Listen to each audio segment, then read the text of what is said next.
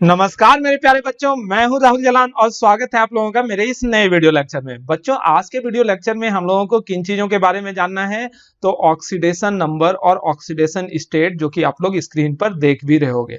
Oxidation number की importance की अगर हम लोग बात करें तो आप लोग जानो कि ऑक्सीडेशन नंबर पूरे केमिस्ट्री की रीढ़ की हड्डी होती है। ऐसा कोई चैप्टर हो ही नहीं सकता है जिसमें कि ऑक्सीडेशन नंबर या ऑक्सीडेशन स्टेट निकालने की जरूरत ना पड़े। बच्चे क्या करते हैं गलती, ये तो सिलेबस है, क्लास 11th के सिलेबस का कंटेंट है और रिडॉक्स रिएक्शन में हम लोग इसको दूसरे लेक्चर के रूप में पढ़ रहे हैं यहाँ पर।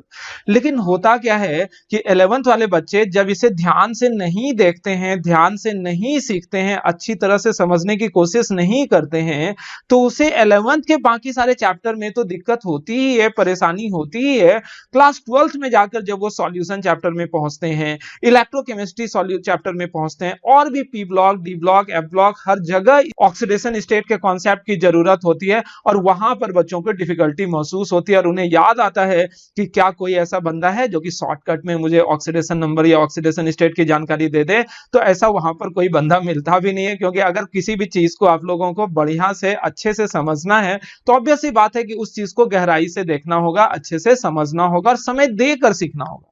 तो वही गलती आप लोग नहीं दोहराना। अगर आप लोग इस वीडियो को देख रहे हो तो कोशिश करना शुरू से लेकर लास्ट तक सेम सिंसियरिटी लेवल के साथ इसे देखना, और बिलीव करो कि इस वीडियो को पूरा का पूरा देखने के बाद हो नहीं सकता है कि दुनिया में किसी भी कंपाउंड का आप लोग ऑक्सीडेशन नंबर ना निकाल सको। और ये जो ऑक्सीडेशन नंबर का कॉन्सेप्ट होता है ना, जब आप लोग पूरा का पूरा वीडियो देख लोगे तो लगेगा अरे यार इतना आसान था क्या, और इतना आसान होता ही है, ठीक है ना। और इस लेक्चर में बहुत सारा टिप्स और टेक्निक भी मैं आप लोगों को बताने जा रहा हूं, जो कि लेक्चर के अंत तक आप लोगों को इंडिविजुअली अलग अलग जगह पर मिल जाएगा। तो उस टिप और टेक्निक को आप लोग अपने कॉपी में नोट डाउन करके लिखना, क्योंकि वो बाद में आप लोगों को जरूरत महसूस होगी। और साथ ही साथ बहुत तरह के एक्सेप्शनल कंपाउंड का भी ऑक्सीडेशन नंबर हम लोग यहां पर निकालना सीखेंगे, और उन सारे एक्सेप्शनल कंपाउंड को भी आप लोग क्या करोगे, अपने कॉपी में नोट डाउन करके लिखोगे, जो कि आप लोगों को बाद में जरूरत महसूस होनी है, ठीक है ना। तो करना क्या है बच्चों कि जरा भी स्किप किए बगैर अगर आप लोगों का कोई काम रह गया है तो उन सारे काम को कर लो, और इस वीडियो को शुरू से लास्ट तक एकदम फुल सिंसियरिटी के साथ आप लोग देखो। बिलीव करना सारा चीज बिल्कुल आसान लगेगा, ठीक है ना। तो चलो बिना समय बर्बाद करते हुए शुरुआत करते हैं हम लोग ऑक्सीडेशन नंबर की। ऑक्सीडेशन नंबर होता क्या है, तो इसको अगर आप लोग ध्यान से देखो तो oxidation number for an element is an arbitrary change present on one atom when all other atoms bonded to it is removed। ठीक है ना, समझ में तो कुछ भी नहीं आया होगा, समझाता हूं। The removal of other atoms या dissociation of bond between them is done assuming that the bonds are either ionic और प्योर कोवेलेंट, ठीक है ना। यहां पर मैं क्या बता रहा हूं, तो उस बात को बताने के पहले मैं आप लोगों को समझा देता हूं कि जैसे कि कोई कंपाउंड है, जैसे कि आप लोगों को ये कंपाउंड नजर आ रहा है, ये H2SO4 कंपाउंड है, ठीक है ना। अगर आप लोगों से कोई सवाल पूछे what is the oxidation state of this compound mean sulphuric acid, तो वो सवाल ही गलत है, समझे। तो ये चीज तो सबसे पहले आप लोग अपने दिमाग में डालो कि ऑक्सीडेशन नंबर दरअसल हम लोग किसी कंपाउंड का नहीं निकालते हैं, हम लोग ऑक्सीडेशन नंबर निकालते किसका है, तो किसी भी कंपाउंड में किसी इंडिविजुअल एटम का। यानी कि ये क्वेश्चन हो सकता है कि what is the oxidation state of hydrogen in H2SO4, समझे। ये क्वेश्चन हो सकता है what is the oxidation state of sulphur in H2SO4।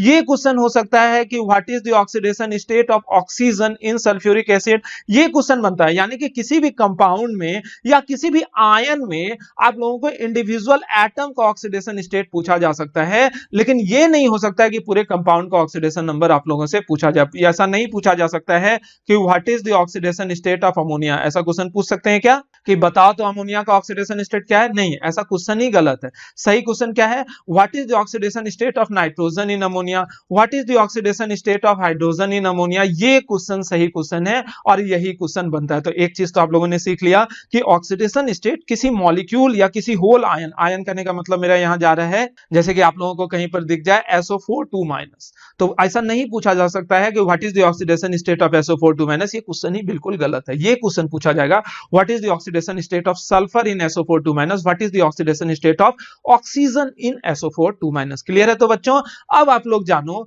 कि यहां जो ये डेफिनेशन लंबा चौड़ा आप लोगों को दिख रहा है, ये डेफिनेशन बोल क्या रहा है। डेफिनेशन ये बोल रहा है बच्चों कि अगर कोई कंपाउंड आप लोगों को मिल गया H2O और वहां पर किसी पर्टिकुलर एटम का आप लोगों को ऑक्सीडेशन नंबर निकालना है, तो ऑक्सीडेशन नंबर होता क्या है? तो इस पर्टिकुलर कंपाउंड में जैसे H2O का स्ट्रक्चर हम लिखें तो इस तरह से स्ट्रक्चर होगा, जिसमें ऑक्सीजन जो है वो 2 कोवैलेंट बॉन्ड से इस तरह से जुड़ा हुआ है। अब हम लोग इस मॉलिक्यूल में इन सारे बॉन्ड को, जितने भी बॉन्ड नजर आ रहे हैं ना, उन सारे बॉन्ड को तोड़ेंगे। तोड़ते रियल में नहीं है, इमेजिन करते हैं कि एक मॉलिक्यूल में जितने भी बॉन्ड्स मौजूद हैं, रियल में तोड़ नहीं रहे हैं किसी को, हम लोग इमेजिन करते हैं कि अगर इन बॉन्ड को तोड़ेंगे, एक बॉन्ड 2 इलेक्ट्रॉन के बराबर होता है, और बॉन्ड तोड़ने में भी ध्यान रखना है कि जो मोर इलेक्ट्रोनेगेटिव एटम है उसके तरफ बॉन्ड तोड़ेंगे, यानी कि ये बॉन्ड और हाइड्रोजन और ऑक्सीजन के बीच बना हुआ है, इन दोनों में से ऑक्सीजन चूंकि ज्यादा इलेक्ट्रोनेगेटिव है तो बॉन्ड ऑक्सीजन की तरफ टूटा, तो ऑक्सीजन पर डेल माइनस आया और हाइड्रोजन पर डेल प्लस। ठीक है, ये बॉन्ड भी ऑक्सीजन की तरफ टूटेगा तो यहां पर एक और डेल माइनस आया और हाइड्रोजन पर डेल प्लस, क्योंकि ऑक्सीजन हाइड्रोजन में ऑक्सीजन ज्यादा इलेक्ट्रोनेगेटिव है। तो बताओ तो यहां पर क्या बना? यहां H प्लस बना ना, और साथ में क्या बना? ऑक्सीजन पर 2 माइनस आया और हाइड्रोजन पर प्लस आया। ठीक है ना बच्चों? तो यहां पर जो तुमको हाइड्रोजन पर ये रेसिडुअल चार्ज प्लस दिखा, तो ये +1 is actually oxidation state of hydrogen. ठीक है ना? यहां जो ऑक्सीजन पर -2 दिखा, this -2 is actually oxidation state of oxygen, और यहां जो हाइड्रोजन पर +1 दिखा, this +1 is actually oxidation state of hydrogen in water molecule. ठीक है ना? यानी कि वाटर मॉलिक्यूल में इंडिविजुअल एटम का ऑक्सीडेशन स्टेट क्या निकला बच्चों? हाइड्रोजन का ऑक्सीडेशन स्टेट आया +1 और ऑक्सीजन का ऑक्सीडेशन स्टेट आया -2। और हम लोगों ने पहले ही जाना कि किसी भी मॉलिक्यूल में हम लोग किसी पर्टिकुलर एटम का ऑक्सीडेशन नंबर निकालते हैं, और वो ऑक्सीडेशन नंबर यही है। इसीलिए ऑक्सीडेशन नंबर के डेफिनेशन को एक बार और दोहराता हूं। ऑक्सीडेशन नंबर का डेफिनेशन क्या होता है कि किसी भी मॉलिक्यूल में किसी पर्टिकुलर एटम का ऑक्सीडेशन नंबर उस रेसिडुअल चार्ज के बराबर होता है जो चार्ज उस पर्टिकुलर एटम पर बनेगा जब उस मॉलिक्यूल में से सारे बाकी एटम्स को हम लोग बॉन्ड तोड़कर अलग कर देंगे। बॉन्ड तोड़ने में हम लोगों को ध्यान क्या रखना है कि बॉन्डेड पेयर ऑफ इलेक्ट्रॉन को या तो हम लोग इक्वली डिस्ट्रीब्यूट करते हैं, या तो बॉन्डेड पेयर ऑफ इलेक्ट्रॉन को हम लोग मोर इलेक्ट्रोनेगेटिव एटम पर शिफ्ट कर देते हैं। अभी भी बात क्लियर नहीं हुआ है, अभी भी बात क्लियर नहीं हुआ है। इस वजह से हम लोग समझते हैं कि इलेक्ट्रोनेगेटिविटी क्या होता है। बात को पूरी तरह से क्लियर करने के लिए हम लोग क्या किस चीज के बारे में जान रहे हैं बच्चों? इलेक्ट्रोनेगेटिविटी। बहुत सारे बच्चों को पता होगा कि व्हाट इज इलेक्ट्रोनेगेटिविटी, क्योंकि उन्होंने क्लास 10th में भी पढ़ रखा होगा पीरियोडिक टेबल चैप्टर में, और क्लास 11th में भी पीरियोडिक टेबल चैप्टर में इलेक्ट्रोनेगेटिविटी पढ़ना है, जो कि हम ही आप लोगों को कुछ दिनों के बाद पीरियोडिक टेबल चैप्टर में पढ़ाएंगे। लेकिन यहां पर इलेक्ट्रोनेगेटिविटी को शॉर्ट वे में हम बताएं तो इलेक्ट्रोनेगेटिविटी होता क्या है कि किसी भी एटम में का वो प्रॉपर्टी, किसी भी एटम का वो प्रॉपर्टी जिसके तहत वो बॉन्ड पेयर ऑफ इलेक्ट्रॉन को अपनी ओर खींचे, तो उस गुण को या उस प्रॉपर्टी को हम लोग क्या नाम देते हैं बच्चों? इलेक्ट्रोनेगेटिविटी। लेकिन यहां पर ध्यान रखना, इलेक्ट्रॉन को अपनी ओर खींचने की प्रॉपर्टी को हम लोग इलेक्ट्रोनेगेटिविटी नहीं बोलते हैं, क्योंकि इलेक्ट्रॉन तो बहुत सारा हो सकता है, आयन पर या फ्री इलेक्ट्रॉन इधर उधर बहुत सारा इलेक्ट्रॉन है, तो उन इलेक्ट्रॉन को अपनी ओर खींचने की प्रॉपर्टी को हम लोग इलेक्ट्रोनेगेटिविटी नहीं बोलते हैं। इलेक्ट्रोनेगेटिविटी किसको बोलते हैं कि एटम बॉन्डेड रहे और बॉन्डेड एटम के साथ जो बॉन्ड पेयर ऑफ इलेक्ट्रॉन है, उस बॉन्ड पेयर ऑफ इलेक्ट्रॉन को अपनी ओर खींचने के प्रवृत्ति को हम लोग क्या नाम देते हैं? इलेक्ट्रोनेगेटिविटी। उसी चीज को यहां पे लिखे हैं, the property of any element due to which it attract the bond pair of electron towards itself is called electronegativity of that particular element. कि किसी भी एलिमेंट का वो गुण जिसके तहत वो बॉन्ड पेयर ऑफ इलेक्ट्रॉन को अपनी ओर खींचे, उसी गुण को बच्चों हम लोग क्या नाम देते हैं? इलेक्ट्रोनेगेटिविटी। और उसी चीज को हम लोग यहां पर एग्जांपल के रूप में समझने की कोशिश कर रहे हैं। यहां पर लिखा हुआ है, ये पहला केस है और ये दूसरा केस है, दो केस में समझाने की कोशिश कर रहे हैं हम। तो ये पहले वाले केस में क्या लिखा हुआ है? If electronegativity of both A and B is same. मान लेते हैं दो एटम के बीच बॉन्ड बना हुआ है, देखो यहां ध्यान से, ये एक एटम है ए और ये दूसरा एटम है बी, ठीक है ना? तो एक बॉन्ड जो होता है शेयरिंग ऑफ इलेक्ट्रॉन से बना होता है, कि मान लेते हैं ये बॉन्ड जो बना है इसमें एक इलेक्ट्रॉन ए का है और दूसरा इलेक्ट्रॉन बी का है। तो ये जो दो इलेक्ट्रॉन तुम लोगों को नजर आ रहा है, ये क्या है? Bond pair of electron. और नियम क्या होता है, यानी कि ये प्रॉपर्टी ऑफ इलेक्ट्रोनेगेटिविटी के वजह से ए जो होता है ये भी बॉन्ड पेयर ऑफ इलेक्ट्रॉन को अपनी ओर खींच रहा होता है, बी जो होता है वो भी बॉन्ड पेयर ऑफ इलेक्ट्रॉन को अपनी ओर खींच रहा होता है। ए भी बॉन्ड पेयर ऑफ इलेक्ट्रॉन को अपनी ओर खींचता होता है, बी जो होता है वो भी बॉन्ड पेयर ऑफ इलेक्ट्रॉन को अपनी ओर खींचता है, और इसी गुण को दरअसल हम लोग इलेक्ट्रोनिगेटिविटी बोलते हैं। लेकिन यहां पर हम क्या बोल रहे हैं, electronegativity of both A and B same. यदि ए और बी दोनों का इलेक्ट्रोनिगेटिविटी सेम होगा तो इसका क्या मतलब है, a bond pair of electron को अपनी ओर जितना खींचेगा, बी भी बॉन्ड पेयर ऑफ इलेक्ट्रॉन को अपनी ओर उतना ही खींचेगा। सही है ना? तो इस वजह से क्या होगा, ये जो दो बॉन्ड पेयर ऑफ इलेक्ट्रॉन है एकदम बीचों बीच रहेगा। ये जो दोनों बॉन्ड पेयर ऑफ इलेक्ट्रॉन है ना इधर जाएगा ना इधर जाएगा, एकदम बीचों बीच रहेगा, जिस वजह से ए और बी पर कोई चार्ज फॉर्म होगा क्या, नहीं होगा। जिस वजह से यहां पर ये जो बॉन्ड बना, ये कैसा बॉन्ड बनेगा बच्चों, नॉन पोलर बॉन्ड। ये जो बॉन्ड बना ये नॉन पोलर बॉन्ड बना, ठीक है ना? लेकिन हम लोगों को इस नॉन पोलर बॉन्ड के बारे में नहीं पढ़ना था, हम लोगों को पढ़ना था कि इस बॉन्ड को तोड़ेंगे तो कैसे तोड़ेंगे। यदि ए और बी सेम इलेक्ट्रोनिगेटिविटी का रहे तो उस परिस्थिति में जब हम लोग बॉन्ड तोड़ते हैं तो बॉन्डेड पेयर ऑफ इलेक्ट्रॉन को इक्वली डिस्ट्रीब्यूट करते हैं अमॉन्ग दी बॉन्डेड एटम्स, ठीक है ना? तो अगर हम लोग ऐसा करेंगे तो ये जो इलेक्ट्रॉन था वो ए पर आएगा और ये वाला इलेक्ट्रॉन जो है बी पर आएगा, और बॉन्ड तोड़ने के बाद ए पर अपना इलेक्ट्रॉन हो जाएगा और बी पर भी अपना इलेक्ट्रॉन हो जाएगा, और दोनों का दोनों एटम जो है ये न्यूट्रल है कि चार्ज है, देखो तो न्यूट्रल है। और अभी हम लोगों ने क्या पढ़ा कि इलेक्ट्रोनिगेटिविटी किसी भी पर्टिकुलर एटम पर का इलेक्ट्रोनिगेटिविटी, जैसे ए का इलेक्ट्रोनिगेटिविटी या बी का इलेक्ट्रोनिगेटिविटी आपसे पूछा जाए तो आप लोग क्या जवाब दोगे कि किसी भी मॉलिक्यूल में किसी पर्टिकुलर एटम का इलेक्ट्रोनिगेटिविटी उस एटम पर मौजूद रेसिडुअल चार्ज के बराबर होता है जब उस मॉलिक्यूल में मौजूद सारे बॉन्ड को हम लोग तोड़ देंगे, ठीक है ना? तो यहां तोड़ने के बाद बताओ तो ए पर कितना रेसिडुअल चार्ज बना, 0, और बी पर भी 0। तो इस वजह से यहां पर इलेक्ट्रोनिगेटिविटी ऑफ ए बच्चों कितना आ गया, 0, और इलेक्ट्रोनिगेटिविटी ऑफ बी जो है वो भी 0 आ गया। तो यहां पर जो बच्चों हम आप लोगों को एकदम बेसिक लेवल से समझाने की कोशिश कर रहे हैं। अगर आप लोग इन चीजों को जान भी रहे होगे तो कोई परेशान या हड़बड़ाने की बात नहीं है, क्योंकि वीडियो के अंत में इतना टफ और टिपिकल क्वेश्चन सब आप लोगों को मिलेगा, और इन्हीं क्वेश्चंस को आप लोग मेन एग्जामिनेशन जो आईआईटी या नीट का एग्जाम होता है वहां पर जाके आप लोग गड़बड़ कर देते हो, ठीक है ना? इसलिए पेशेंटली एकदम ध्यान से और सिंसियरली शुरू से लेकर लास्ट तक बिना वीडियो के स्किप किए आप लोग देखो, ठीक है? अब यहीं पर इलेक्ट्रोनिगेटिविटी में दूसरा शर्त जो है वो हमने लगाया है कि if electronegativity of A and B is different. यहां पर क्या था, ए एंड बी का इलेक्ट्रोनिगेटिविटी सेम है, लेकिन अब क्या बोल रहे हैं, ए और बी दोनों की इलेक्ट्रोनिगेटिविटी डिफरेंट है।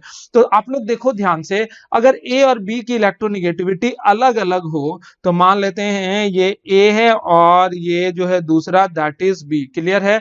लेकिन यहां पर क्या बोला जा रहा है, यहां देखो electronegativity of A is greater than B. Electronegativity A का ज्यादा है बी से, इसका मतलब ए जो है बॉन्ड पेयर ऑफ इलेक्ट्रॉन को अपनी ओर ज्यादा खींच रहा होगा, बी जो है कम खींच रहा होगा। तो बताओ तो बॉन्ड पेयर ऑफ इलेक्ट्रॉन किसके तरफ शिफ्ट होगा, ए की तरफ नहीं आ जाएगा। क्यों? क्योंकि ए जो है बॉन्ड पेयर ऑफ इलेक्ट्रॉन को ज्यादा खींच रहा है अपनी ओर। तो बताओ, तो चूंकि ए के तरफ इलेक्ट्रॉन पेयर शिफ्ट किया, इस वजह से ए पर हल्का हल्का निगेटिव चार्ज हो जाएगा, और बी से दूर गया इलेक्ट्रॉन, इस वजह से बी पर हल्का हल्का पॉजिटिव चार्ज आ जाएगा। इस बात को समझे। अब बॉन्ड तोड़ना है, तो बॉन्ड तोड़ने में क्या बताया जाता है कि यदि बॉन्ड सेम इलेक्ट्रोनिगेटिविटी के बीच बने तो बॉन्ड को एकदम जस्ट आधा आधा हम लोग तोड़ देंगे, लेकिन अगर बॉन्ड डिफरेंट इलेक्ट्रोनिगेटिविटी के बीच बने तो हम लोग बॉन्ड पेयर ऑफ इलेक्ट्रॉन कुछ इस तरह से तोड़ते हैं, यानी कि बॉन्ड को कुछ इस तरह से तोड़ते हैं कि bond pair of electron more electronegative atom की तरफ चला जाए। समझे बात को? यानी कि इस तरह से तोड़ेंगे कि ये दोनों का दोनों इलेक्ट्रॉन किस पर आ जाए, मोर इलेक्ट्रोनिगेटिव एटम यानी कि ए पर आ जाए। तो बताओ तो बॉन्ड टूटने के बाद ए पर चूंकि इलेक्ट्रॉन का शिफ्टिंग हो गया तो ए पर माइनस चार्ज हो गया, क्योंकि यहां जो दो इलेक्ट्रॉन का शिफ्टिंग हुआ ना, उस दो में एक इलेक्ट्रॉन तो ए का ही था और दूसरा इलेक्ट्रॉन बी का बेसिया इलेक्ट्रॉन लिया, तो बी का जो एक्स्ट्रा इलेक्ट्रॉन ले लिया ये, तो इस वजह से ए पर माइनस चार्ज आया, और बी चूंकि अपना इलेक्ट्रॉन लूज किया इस वजह से बी पर कितना चार्ज आ जाएगा बच्चों, प्लस। और इसी रेसिडुअल चार्ज को दरअसल हम लोग क्या नाम दे देते हैं, oxidation state of individual atom. तो उसी चीज को हम लोग यहां पर लिख दे रहे हैं। तो यहां पर बताओ कि ये जो ए बी मॉलिक्यूल है, इस मॉलिक्यूल में इलेक्ट्रोनिगेटिविटी ऑफ ए कितना आ जाएगा, इलेक्ट्रोनिगेटिविटी ऑफ ए इज -1, और इलेक्ट्रोनिगेटिविटी ऑफ बी कितना हो जाएगा, ये हो जाएगा +1। ए का इलेक्ट्रोनिगेटिविटी -1 और बी का इलेक्ट्रोनिगेटिविटी +1। और यही एक केस और यहां पर लिखकर हमने दिखाया है कि यदि ए और बी में ए की इलेक्ट्रोनिगेटिविटी कम हो बी से तो उस परिस्थिति में क्या कहानी बनेगी। तो देख लेते हैं उसको भी। ये ए है, ये बी है, लेकिन इस वाले केस में क्या है, बी की इलेक्ट्रोनिगेटिविटी ज्यादा है ना, तो बी की इलेक्ट्रोनिगेटिविटी ज्यादा है तो बॉन्ड पेयर ऑफ इलेक्ट्रॉन किसके तरफ शिफ्ट होगा, ए के तरफ या बी के तरफ, तो बॉन्ड पेयर ऑफ इलेक्ट्रॉन जो है बच्चों वो बी के तरफ शिफ्ट हो जाएगा, नहीं क्योंकि इस वजह से बी पर हल्का माइनस और ए पर हल्का प्लस चार्ज आ जाएगा, ठीक है। तो बॉन्ड तोड़ते हैं, तो बॉन्ड तोड़ेंगे तो ए पर प्लस चार्ज और बी पर माइनस चार्ज, और यही जो ए पर जो चार्ज और बी पर जो रेसिडुअल चार्ज बना, उसी रेसिडुअल चार्ज को ही हम लोग इलेक्ट्रोनिगेटिविटी बोल देते हैं। तो बताओ तो यहाँ इलेक्ट्रोनिगेटिविटी ऑफ ए कितना होगा, उस चार्ज के बराबर जो कि कितने के बराबर है, +1, और इसी तरह से इलेक्ट्रोनिगेटिविटी ऑफ बी कितना हो जाएगा बच्चों, जो बी पर चार्ज है यानी कि -1 के बराबर। तो आप लोगों ने सीखा कैसे हम लोग बॉन्ड तोड़ते हैं, और बॉन्ड तोड़ना ही महत्वपूर्ण होता है। अब हम लोगों को इस चीज के बारे में जानकारी होनी चाहिए कि इलेक्ट्रोनिगेटिविटी किसका ज्यादा होता है और किसका इलेक्ट्रोनिगेटिविटी कम होता है। तो बच्चों इलेक्ट्रोनिगेटिविटी के बारे में यानी कि इलेक्ट्रोनिगेटिविटी के वेरिएशन के बारे में तो हम लोगों को पीरियोडिक टेबल में पढ़ना है। मान लेते हैं ये पीरियोडिक टेबल है, तो आप लोगों को पता होना चाहिए कि ये जो वर्टिकल कॉलम होता है इसको हम लोग क्या बोलते हैं, ग्रुप, और ये जो हॉरिजॉन्टल रो होता है इसको हम लोग क्या नाम देते हैं, पीरियड। तो कैसे इलेक्ट्रोनिगेटिविटी ग्रुप और पीरियड में वैरी करता है वही हम लोग देख लेते हैं एक बार, कि इलेक्ट्रोनिगेटिविटी पीरियड में लेफ्ट टू राइट जाने पर बढ़ता है और ग्रुप में टॉप टू बॉटम जाने पर घटता है। इस बात को अगर आप लोग नहीं जानते थे तो अभी कभी याद कर लो कि किसी भी पीरियड में लेफ्ट टू राइट जाओगे, लेफ्ट टू राइट जा रहे हो तो इलेक्ट्रोनिगेटिविटी लगातार बढ़ते जाएगा, और किसी भी ग्रुप में जैसे आप लोग ऊपर से नीचे आओगे तो इलेक्ट्रोनिगेटिविटी जो है वो लगातार घटते चले जाएगा। सही है ना बच्चों, इस बात को याद रखना।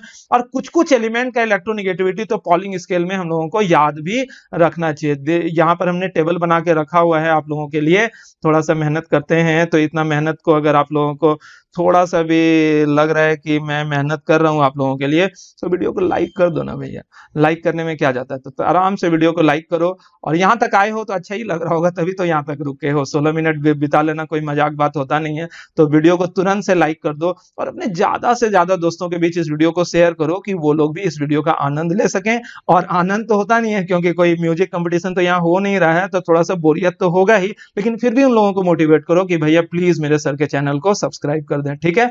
तो यहाँ पर अब हम लोग आते हैं यहाँ पर, तो यहाँ पर क्या बोल रहे थे हम, कि यहाँ पर बोला जा रहा था कि पीरियोडिक टेबल में कई सारे एलिमेंट हैं और हर एक एलिमेंट का अपना अपना इलेक्ट्रोनिगेटिविटी होता है। और इलेक्ट्रोनिगेटिविटी एक्चुअली वहां पर जो पीरियोडिक टेबल में हम लोग पढ़ेंगे ना, तो वहां पर हम लोग जानेंगे कि इलेक्ट्रोनिगेटिविटी एक्चुअली रिलेटिव टर्म है, ठीक है ना, इसका कोई एक्चुअल फिगर या एक्चुअल वैल्यू होता नहीं है। इस वजह से अलग अलग साइंटिस्ट अपने हिसाब से रिलेट कर करके इलेक्ट्रोनिगेटिविटी का वैल्यू अलग अलग दिया है। जो कि ज्यादा चलन में होता है वो इलेक्ट्रोनिगेटिविटी है, पॉलिंग स्केल ऑफ इलेक्ट्रोनिगेटिविटी। और पीरियोडिक टेबल के कुछ कुछ एलिमेंट का पॉलिंग स्केल ऑफ इलेक्ट्रोनिगेटिविटी हम लोगों को याद रखना चाहिए, है पीरियोडिक टेबल चैप्टर का चीज, लेकिन यहां पर दोबारा इसलिए बता रहा हूं कि आप लोगों को भी अगर नहीं जानकारी में हो तो इन्हें याद करना जरूरी होता है, ठीक है ना। तो देखो हाइड्रोजन की इलेक्ट्रोनिगेटिविटी जो होती है दैट इज इक्वल्स टू 2.1, याद हो गया, मेरे ख्याल से याद हो गया होगा, सही है ना।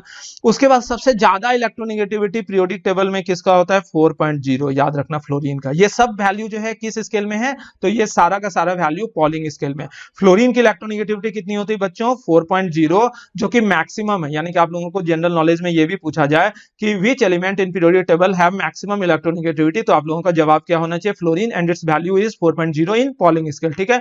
नोबल गैस का इलेक्ट्रोनिगेटिविटी 0 होता है, इसलिए यहां देखो ग्रुप 18 यानी कि नोबल गैस के बारे में हमने लिखा है क्या, नहीं लिखा है। ये सब जो दर्शाया है ये ग्रुप 1 है, ग्रुप 2 है, ग्रुप 13 है, 14, 15, 16, 17, बीच में जो है ग्रुप नंबर 3 से लेकर 12 तक ट्रांजिशन मेटल होता है, उसके बारे में मैंने यहाँ पर नहीं लिखा है क्योंकि हर एलिमेंट का इलेक्ट्रोनिगेटिविटी याद कर पाना संभव होता नहीं है। वो जो पीरियोडिक टेबल का रिलेटिव वैल्यू हमने नहीं लिखा था, अभी यहाँ पर ये जो दिख रहा है कि लेफ्ट टू राइट जाने पर बढ़ता है, टॉप टू बॉटम जाने पर घटता है इलेक्ट्रोनिगेटिविटी, उस हिसाब से भी हम लोग याद रख सकते हैं। और ये जो हमने यहाँ लिखा है ना, period 1, period 2, period 3, period 4, period 5, period 6, ये पीरियड नंबर है, ठीक है ना। तो इस तरह से हम लोग देख लेते हैं इलेक्ट्रोनिगेटिविटी।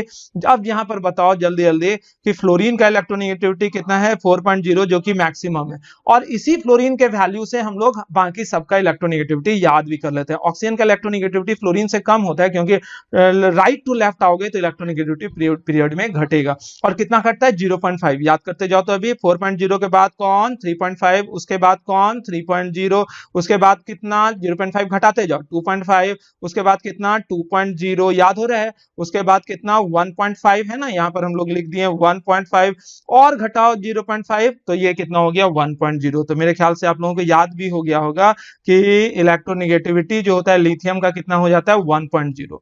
अब ऊपर से नीचे नीचे आओ, हाइड्रोजन का 2.1 याद रखना, फिर लिथियम का 1.0, फिर 0.1 घटाते जाओ तो कितना हो गया 0.9 याद हुआ, फिर पोटेशियम का 0.8 घटते जाता है, किसी ग्रुप में ऊपर से नीचे आओगे तो इलेक्ट्रोनेगेटिविटी घटेगा, फिर रुबिडियम का उससे कम होना चाहिए, थोड़ा सा कम होता भी है लेकिन लगभग 0.8 के ही बराबर होता है, सीजियम का होता है 0.7 याद रहेगा।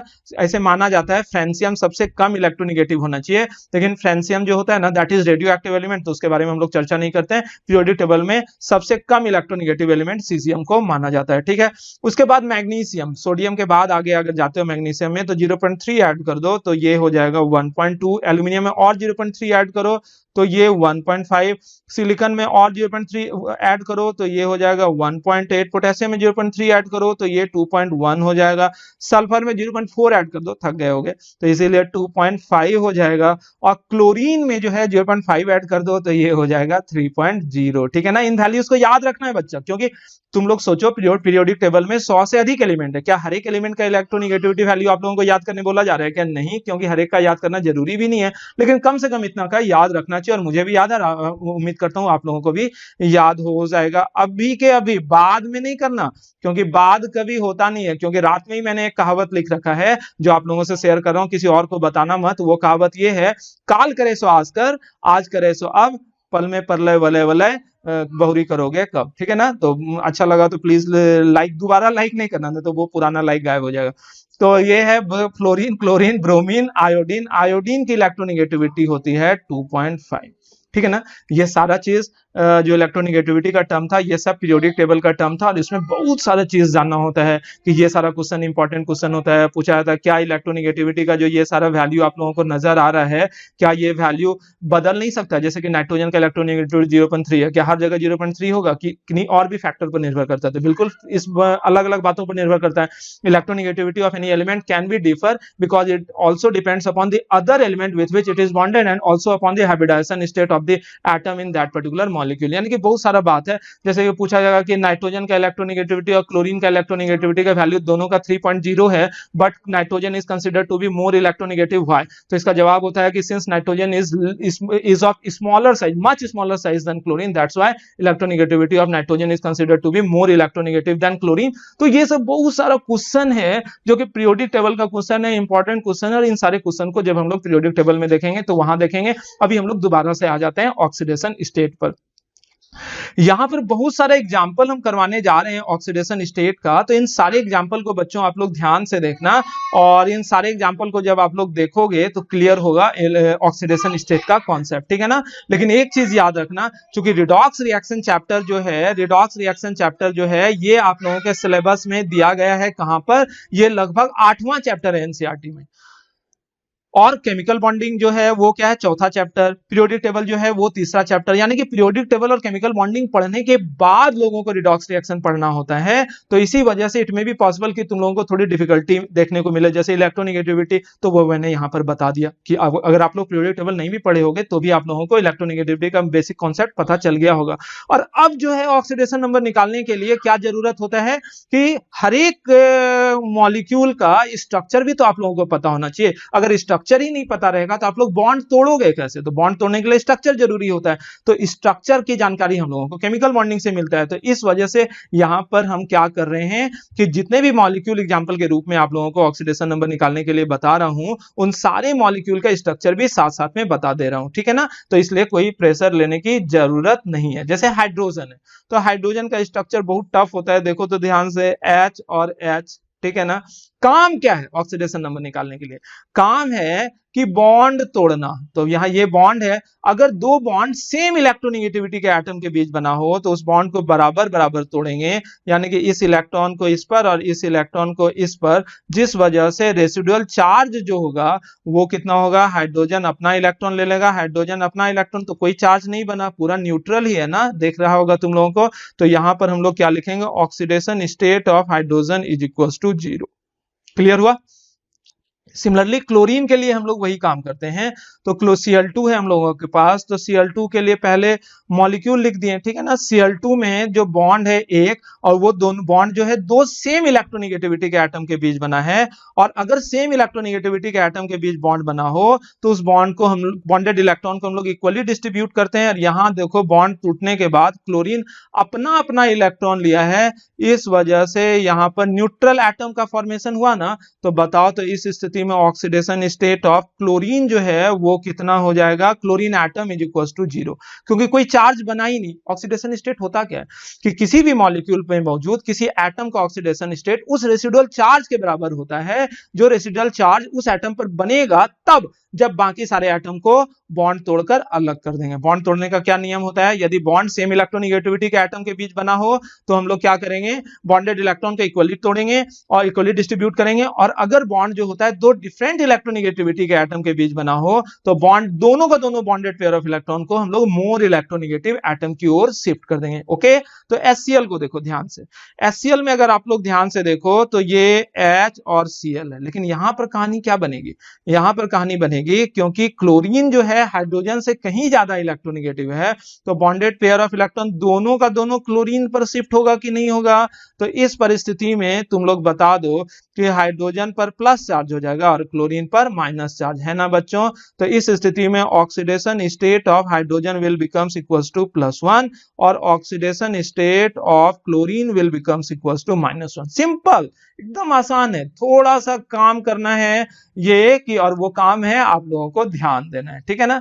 H2O का स्ट्रक्चर पहले लिख देते हैं, HOH, ठीक है। तो यहां पर इंडिविजुअल बॉन्ड जब देखोगे ना, तो इस बॉन्ड को देख रहे हैं तो सिर्फ इस बॉन्ड को देखेंगे, इस बॉन्ड को देख रहे हैं तो सिर्फ इस बॉन्ड को देखेंगे। ये लेफ्ट हैंड साइड के बॉन्ड को देखो तो इसमें ऑक्सीजन चूंकि ज्यादा इलेक्ट्रोनेगेटिव है तो दोनों का दोनों bonded pair of electron oxygen पर शिफ्ट होगा। और राइट साइड वाले बॉन्ड को अगर आप लोग देख रहे हो तो उसमें सिर्फ ऑक्सीजन और हाइड्रोजन नजर आना चाहिए, और इन दोनों में भी ऑक्सीजन चूंकि ज्यादा इलेक्ट्रोनेगेटिव है तो बॉन्ड किसकी तरफ शिफ्ट होगा, ऑक्सीजन की तरफ। तो तुम बताओ यहां पर कि चूंकि हाइड्रोजन एक इलेक्ट्रॉन लूज किया, इस वजह से हाइड्रोजन पर +1 चार्ज होगा, और ऑक्सीजन चूंकि 2 इलेक्ट्रॉन गेन किया, ऑक्सीजन पर देखो इससे लेफ्ट हैंड साइड से भी इलेक्ट्रॉन आया, राइट हैंड साइड से भी इलेक्ट्रॉन आया, 2 इलेक्ट्रॉन आया तो इस पर 2- और राइट हैंड साइड वाला हाइड्रोजन जो चूंकि एक इलेक्ट्रॉन लूज किया था H+। तो जल्दी जल्दी बता दो ऑक्सीडेशन स्टेट ऑफ हाइड्रोजन कितना होगा, दोनों का दोनों हाइड्रोजन का +1, और ऑक्सीडेशन स्टेट ऑफ ऑक्सीजन कितना हो जाएगा, -2। यानी कि जो रेसिडुअल चार्ज है बस उसकी हम लोग बात कर रहे हैं।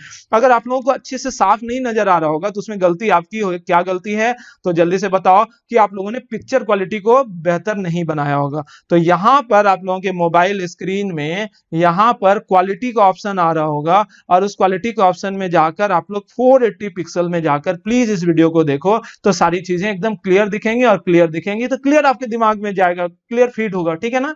अब देखो ये वाला H2O2 जिसको हम लोग हाइड्रोजन पेरोक्साइड भी बोलते हैं, तो H2O2 को अगर आप लोग ध्यान से देखो, HOOH दिखा। तो यहां पर हम लोगों को क्या करना है, यहां पर आप लोग ध्यान से देखो तो ये वाले बॉन्ड को देखो, तो ये बॉन्ड ऑक्सीजन और हाइड्रोजन के बीच है तो ये बॉन्ड ऑक्सीजन की ओर शिफ्ट होगा, है ना।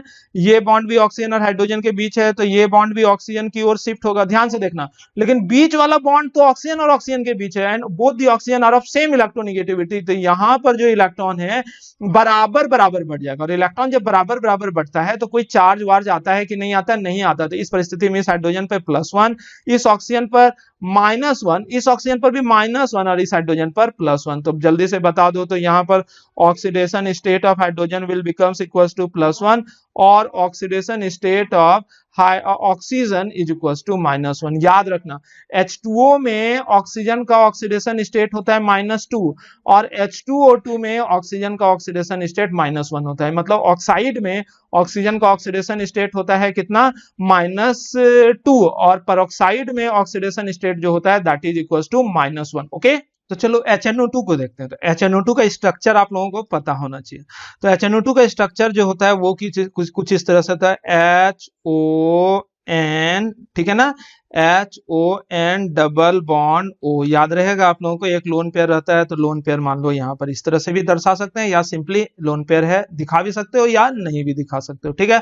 तो यहाँ पर इंडिविजुअल बॉन्ड को देखें, वो अर्जुन वाली बात याद है ना, कि जब हम लोग कहीं पर तीर लगा रहे हैं तो सिर्फ वही चीज नजर आना चाहिए, इधर उधर लेफ्ट राइट नहीं देखना है। जैसे कि एक बार भीम जो है तीर से नहीं, ये मछली होता था और मछली का आंख पर तीर लगाना था, तीर से निशाना लगाना है, तो बोला था भीम से कि द्रोणाचार्य ने कि सॉरी अर्जुन से, सॉरी वो रामायण में जब, सॉरी महाभारत में, सॉरी, तो वो महाभारत में जब आप लोग देख रहे थे तो द्रोणाचार्य ने बोला था कि क्या आप लोग को नजर आ रहा है, आप लोग को नहीं, अर्जुन को क्या दिख रहा है, तो अर्जुन बोला कि मछली, अर्जुन को पूछा कि मछली दिख रहा है, बोला नहीं नहीं नहीं नहीं मछली तो नहीं दिख रहा है, तो बोला अरे ले तुम, सॉरी मतलब अरे बोकू, अरे सॉरी जो भी हो, तो तुमको पूरा मछली कैसे नहीं दिख रहा है, तो दिख क्या रहा है भैया, तो बोलता है कि सर, यानी कि द्रोणाचार्य सर, हमको तो सिर्फ आंख दिख रहा है, मछली का आंख दिख रहा है। तो ये वाली बात आप लोगों को भी करनी है कि जब भी हम लोग किसी पर्टिकुलर बॉन्ड को तोड़ रहे होते हैं तो आप लोगों को भी सिर्फ वो बॉन्ड नजर आना चाहिए, बाकी कुछ भी नहीं। तो यहाँ पर इस बॉन्ड को तोड़ेंगे तो सिर्फ ये बॉन्ड, और यहाँ पर ये बॉन्ड किसके बीच बना हुआ है,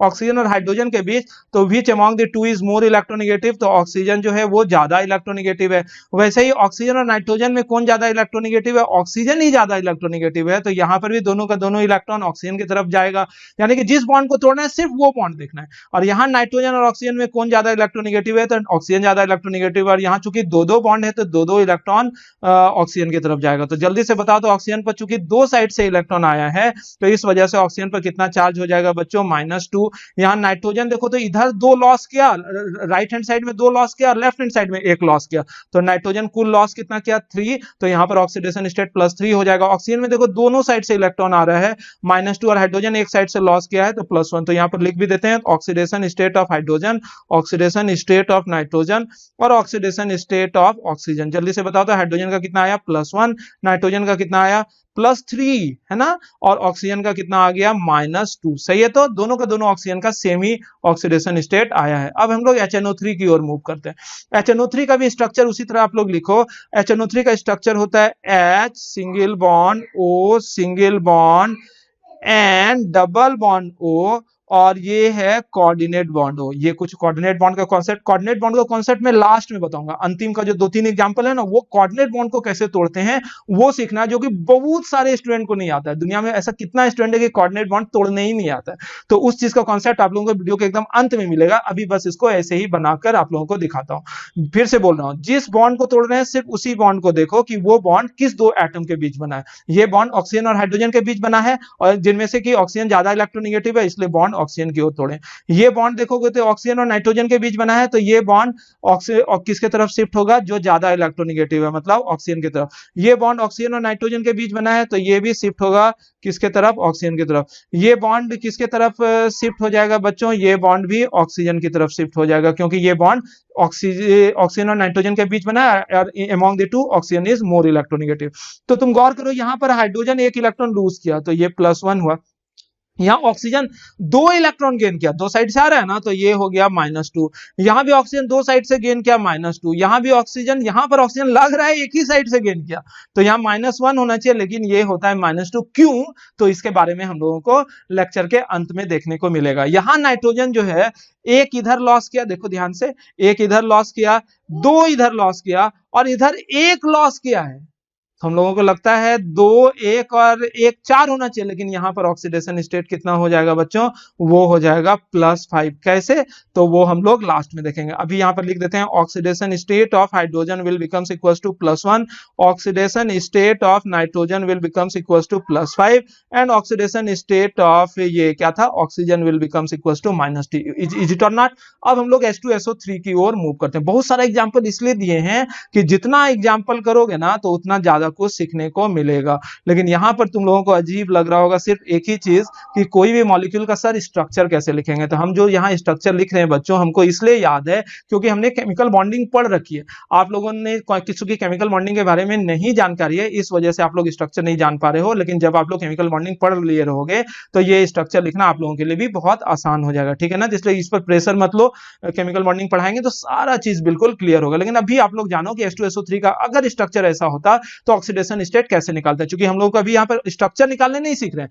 हम लोग सीख क्या रहे हैं कि how can we determine oxidation state of any atom in any molecule. Okay, तो हम लोग यहाँ देखते हैं कि ये जो बॉन्ड है, इस बॉन्ड को देखेंगे तो सिर्फ ये बॉन्ड ऑक्सीजन हाइड्रोजन के बीच बना है तो ऑक्सीजन की ओर शिफ्ट होगा, ये बॉन्ड ऑक्सीजन सल्फर के बीच बना है तो ऑक्सीजन की ओर शिफ्ट होगा, because oxygen is more electronegative among oxygen and sulphur.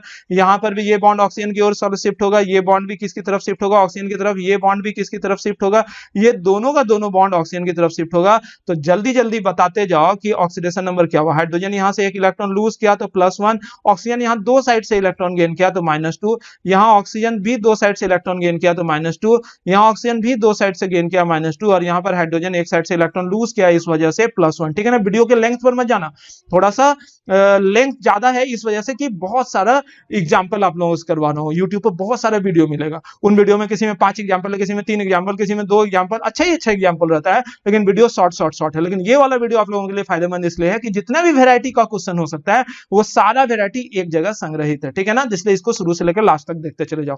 यहां पर बताओ सल्फर का ऑक्सीडेशन स्टेट कितना होगा। सल्फर एक इधर लूज किया, एक इधर लूज किया, दो ऊपर लूज किया, मतलब टोटल मिलाकर ये 4 लूज किया, तो यहां पर कितना हो जाएगा, +4 ऑक्सीडेशन स्टेट हो जाएगा सल्फर का। तो जल्दी से यहां पर लिखते चले जाते हैं, oxidation state of hydrogen is +1, oxidation state of oxygen is -2, but oxidation state of sulphur will becomes equals to +4 and it is very important. अब हम लोग देखते हैं ये जो H2SO3 था ना, ये H2SO3 को हम लोग सल्फ्यूरस एसिड बोलते हैं। क्या बोलते हैं बच्चों, सल्फ्यूरस एसिड। और अब H2SO4 की ओर हम लोग बढ़ रहे हैं, that is called sulphuric acid. Okay, तो H2SO4 का स्ट्रक्चर सबसे पहले तो ये देखो, H2SO4 का स्ट्रक्चर लिख दे रहे हैं, HOS double bond O single bond O और H। अब जो है ना अलग अलग हम लोग ऑक्सीडेशन स्टेट नहीं लिखेंगे, क्योंकि इतना पढ़ने के बाद तो आप लोग सीख ही गए होंगे कि ऑक्सीडेशन स्टेट निकालते हैं कैसे। यहाँ से बॉन्ड तोड़ रहे हैं, ये बॉन्ड किसके तरफ शिफ्ट होगा, ऑक्सीजन की तरफ, ये बॉन्ड भी ऑक्सीजन की तरफ, ये बॉन्ड भी ऑक्सीजन की तरफ, because oxygen is more electronegative. तुम लोगों को पता होना चाहिए, एक मिनट रुक के यहाँ देख ही लेते हैं कि ये जो इलेक्ट्रोनेगेटिविटी का टेबल हम लोगों ने देखा था ना, उस टेबल में सबसे ज्यादा इलेक्ट्रोनेगेटिविटी किसका था, उसमें सबसे ज्यादा फ्लोरीन का था। And the second most electronegative element of periodic table is oxygen. इस बात को याद रखना, oxygen is second most electronegative element of periodic table next to fluorine. ठीक है, तो बस वही काम हम लोग यहाँ पर कर रहे हैं कि इधर ऑक्सीजन की तरफ हम लोग इलेक्ट्रॉन शिफ्ट कर रहे हैं। ठीक है ना, तो ये ऑक्सीजन की तरफ होगा, ये भी ऑक्सीजन की तरफ। तो जल्दी जल्दी फटाफट बोलते जाओ बच्चों कि ऑक्सीडेशन नंबर कितना हो जाएगा। तो ये हाइड्रोजन पर +1, ठीक है ना, ऑक्सीजन पे -2, इस ऑक्सीजन पे -2, इस ऑक्सीजन पर भी -2, इस हाइड्रोजन पे +1 और इस ऑक्सीजन पे -2। सल्फर का देखना है, सल्फर पर देख जल्दी जल्दी बताओ। सल्फर एक इलेक्ट्रॉन इधर लूज किया, दो इधर लूज किया, एक इधर लूज किया, दो इधर लूज किया, तो जल्दी से बताओ तो सल्फर पर कितना ऑक्सीडेशन नंबर हो जाएगा। क्योंकि 6 इलेक्ट्रॉन लूज करा है, इसलिए सल्फर पर का ऑक्सीडेशन नंबर जो हो जाएगा that will becomes equals to +6।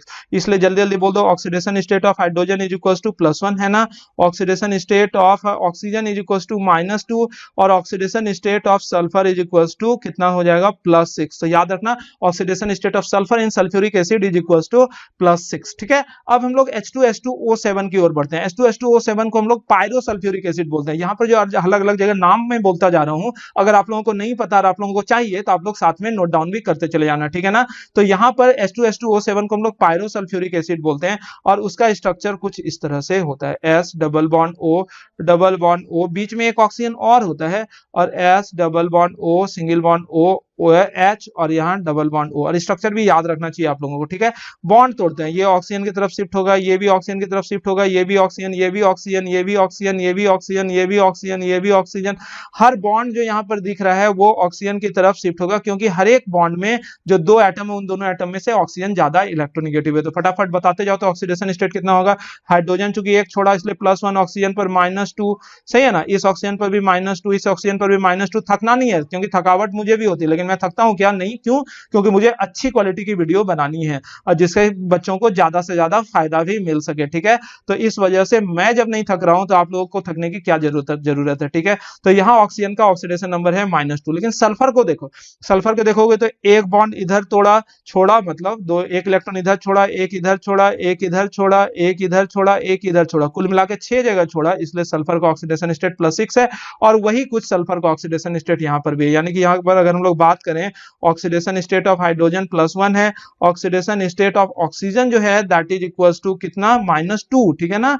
और इसी तरह से ऑक्सीडेशन स्टेट ऑफ सल्फर जो आया H2SO7 यानी कि पायरोसल्फ्यूरिक एसिड में, वो कितना आया +6। ये जो H2SO5 आया ये भयानक और इंपॉर्टेंट एग्जांपल है, ठीक है, इसको बहुत ध्यान से देखना। और इस कंपाउंड का नाम होता है बच्चों कारोज एसिड, ठीक है, इसको याद भी रखना।